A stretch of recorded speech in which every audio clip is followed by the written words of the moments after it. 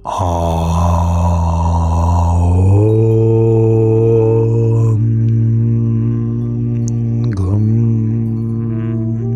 ഗുരുഭ്യോ നമഃ. ഏവർക്കും പ്രണാമം. നമുക്ക് ശ്രീ വാൽമീകി രാമായണത്തിലേക്ക് തന്നെ മടങ്ങാം. മഹാബുദ്ധിമാനായ വിഭീഷണൻ്റെ ദേശകാലോചിതവും ഹിതകരവുമായ വാക്കുകളെ മനസ്സിരുത്തി കേട്ട ശേഷം രാവണൻ പറഞ്ഞു, വിഭീഷണ, അനുജൻ പറഞ്ഞത് ശരിയാണ്. ദൂതവധം യോഗ്യമല്ല. സജ്ജനങ്ങൾ നിന്ദിക്കുന്ന കാര്യമാണത്. എന്നാൽ വധത്തിന് തുല്യമായ ഒരു ശിക്ഷ ഇവന് നാം നൽകണം. അല്പമൊന്ന് ആലോചിച്ച് തുടർന്നു, വാനരന്മാർക്ക് അതിപ്രധാനമായൊരു അലങ്കാരം വാലല്ലേ? ഇവൻ്റെ അവയവത്തെ ദഹിപ്പിക്കുക. കത്തിക്കരിഞ്ഞ വാലോടുകൂടി ഇവൻ ഇവിടെ നിന്ന് പോകട്ടെ. പുച്ഛം പോയ ദുഃഖത്തോടെ അടുത്തു വന്നു നിൽക്കുന്ന ഇവനെ വൈരൂപ്യം കൊണ്ട് വിഷമിക്കുന്നതായിട്ട് ബന്ധുമിത്രാദികളും ആ രാജകുമാരന്മാരും കാണട്ടെ. മാത്രമല്ല, കത്തിക്കാളുന്ന ലാങ്കുലത്തോടുകൂടി ഇവനെ ലങ്കയിലെ പട്ടണവീഥികളിൽ കൂടി നമ്മുടെ ആൾക്കാർ കൊണ്ടു നടക്കണം. ദശാനന വാക്കുകൾ കേട്ട ഉടനെ ക്രോധാവിഷ്ടരായ രാക്ഷസന്മാർ കീറിപ്പൊളിഞ്ഞു കിടക്കുന്ന കമ്പിളി തുടങ്ങിയ വസ്ത്രങ്ങൾ എല്ലാ സ്ഥലത്തു നിന്നും കൊണ്ടുവന്ന് ഹനുമാന്റെ വാലിൽ ചുറ്റി. അപ്പോൾ ഉണങ്ങിയ വിറകിൽ പതിച്ച അഗ്നി ആളുന്നത് പോലെ മഹാനായ വാനരൻ്റെ ലാങ്കുലം ക്രമത്തിൽ വലുതായി തുടങ്ങി. എണ്ണയും നെയ്യും ഒഴിച്ച് തുണിയും വാലും നനച്ചു. പെട്ടെന്ന് തീ കൊളുത്തി. കെടാത്ത വിധം അഗ്നി കത്തി വർദ്ധിച്ചപ്പോൾ പുച്ഛാഗ്രം കൊണ്ട് രാക്ഷസന്മാരെ ഒന്നടിച്ചു. ദ്വേഷവും അസഹിഷ്ണുതയും അധികരിച്ച ആഞ്ജനേയർ ബാലാദിത്യനെ പോലെ രക്തവർണ്ണ കാന്തിയോടെ പ്രശോഭിച്ചു. ക്രൂരന്മാരായ രാക്ഷസന്മാർ ഒന്നിച്ചു ചേർന്ന് ബലമായി പിടിച്ച് ഹനുമാനെ കെട്ടി. സ്ത്രീകൾ, ബാലന്മാർ, വൃദ്ധന്മാർ തുടങ്ങിയ രാക്ഷസ സംഘങ്ങൾ വാനരനെ ബന്ധിച്ചതും വാലിൽ തീ കൊളുത്തിയതും കാണുവാൻ ആഗ്രഹത്തോടെ വന്നു നിറഞ്ഞു. കെട്ടിൽ ഒതുങ്ങിയതുപോലെ കിടക്കുന്ന മാരുതി തൽക്കാലോചിതമായി ചിന്തിച്ചു, ബന്ധനത്തിൽ കിടക്കുന്നതായി അഭിനയിക്കുകയാണ് ഞാനെന്ന് ഇവർക്ക് മനസ്സിലാക്കുവാൻ സാധിച്ചിട്ടില്ല. എന്നെ ബന്ധിപ്പാനോ ഉപദ്രവിപ്പാനോ ഈ രാക്ഷസന്മാർക്ക് ശക്തിയുണ്ടോ? ഈ കയർക്കെട്ടുകൾ പെട്ടെന്ന് പൊട്ടിച്ച് മേൽപോട്ടു ചാടി ഇവരെ സംഹരിപ്പാൻ എനിക്ക് സാധിക്കുമെന്ന് പോലും ഇവർ അറിയുന്നില്ല. ഞാൻ ഇതുവരെ ചെയ്തതെല്ലാം എൻ്റെ സ്വാമിയായ ശ്രീരാമചന്ദ്രൻ്റെ ഇച്ഛയനുസരിച്ചാണ്. ഈ ദുഷ്ടന്മാരായ രാക്ഷസന്മാർ അവരുടെ സ്വാമിയായ രാവണൻ്റെ ആഗ്രഹമനുസരിച്ച് എന്നെ ബന്ധിക്കുന്നു. ശരി, അവരുടെ ഇഷ്ടം നടക്കട്ടെ. ഈ ബന്ധനം എന്നെ എന്തു ചെയ്യുവാൻ പോകുന്നു? വളരെ വളരെ നിസ്സാരം. മാത്രമല്ല, ഞാൻ ഇവർക്കു ചെയ്ത ഉപദ്രവത്തിന് ഇതൊന്നും ശരിക്ക് പ്രതിക്രിയയായി വരുന്നതുമില്ലല്ലോ. ലങ്കയിലെ രാക്ഷസന്മാരെല്ലാം ഒത്തുചേർന്ന് വന്നാലും അവരെ മുഴുവൻ സംഹരിക്കാൻ ഞാൻ മാത്രം മതി. കാരണം സ്വാമിയുടെ പ്രീതി അത്രമാത്രം എന്നിലുണ്ട്. അതിനുവേണ്ടി ഇത്തരം ബന്ധനാദികളെ ഞാൻ സഹിച്ചുകൊള്ളാം. സീതാപഹരണം ചെയ്തവരെ സമൂലം നശിപ്പിക്കുമെന്ന സ്വാമിയുടെ പ്രതിജ്ഞ നിറവേറണം. മറ്റൊരു പ്രധാന കാര്യം കൂടി ഇതുകൊണ്ട് സാധിക്കാം. ഈ ലങ്കയെ മുഴുവൻ ഒന്നുകൂടി ചുറ്റിക്കാണാം. രാത്രിയിലാണ് ഞാൻ നടന്നു കണ്ടത്. കാവൽക്കാരുടെ ജാഗ്രത കൊണ്ട് വേണ്ടതുപോലെ മനസ്സിലാക്കുവാൻ പല ഭാഗത്തും സാധിച്ചിട്ടുമില്ല. ഇപ്പോൾ രാവണന്റെ കൽപ്പന പ്രകാരം ഈ രാക്ഷസന്മാർ എന്നെ എല്ലായിടത്തും കൊണ്ടു നടക്കുമല്ലോ. ആ കാര്യസാധ്യത്തിനു വേണ്ടി ഇവരുടെ ബന്ധനാദികൾ സഹിക്കണം. പകൽ സമയത്തു തന്നെ ലങ്കയിലെ ദുർഗമ മാർഗങ്ങൾ കാണണം. അതുകൊണ്ട് ഇവർ ഇഷ്ടം പോലെ ബന്ധിച്ചു കൊള്ളട്ടെ. വാലിൽ തീ കത്തിക്കുക തുടങ്ങിയ ഇവർ നൽകുന്ന ഉപദ്രവമൊന്നും എന്നെയോ മനസ്സിനെയോ ബാധിക്കുന്നും അല്ല. ശരീരം ചെറുതാക്കിയിരുന്നുവെങ്കിലും ഉറച്ച ധൈര്യത്തോടെ മഹാത്മാവായ മാരുതിയിരുന്നു. വാനരനെ പിടിച്ചുകെട്ടിയ ആനന്ദം കൊണ്ട് അസുരന്മാർ ശംഖം, ഭേരി തുടങ്ങിയ വാദ്യങ്ങൾ മുഴക്കി.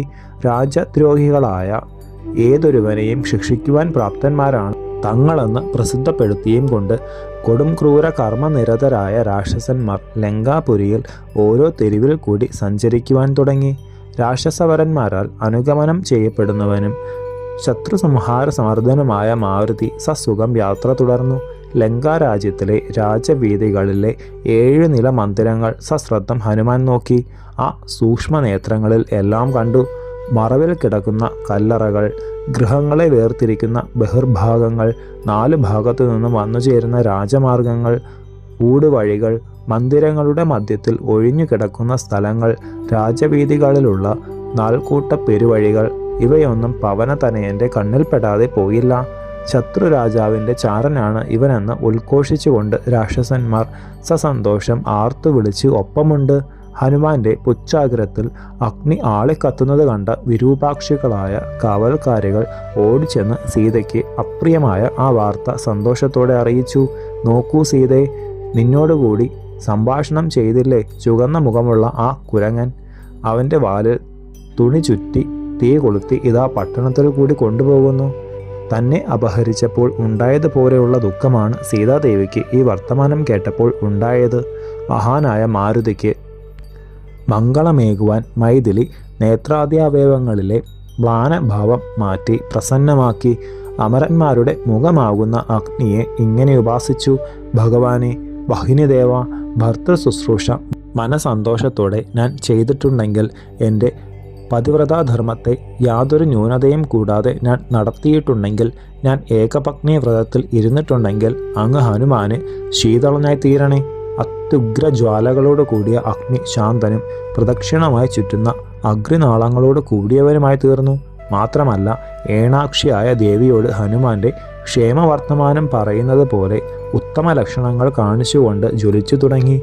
ദേവിയുടെ മനസമാധാനത്തിനു വേണ്ടി മാരുതിയുടെ പുച്ഛാഗ്രത്തിലുള്ള അഗ്നിയിൽ വ്യാപിച്ചിരുന്ന വായു ഭഗവാൻ ഹനുമാന്റെ പിതാവ് മഞ്ഞുകട്ടകളിൽ തട്ടിവരുന്ന പോലെ അതിശീതളനായി ദേവിയുടെ ശരീരത്തെ വീശി.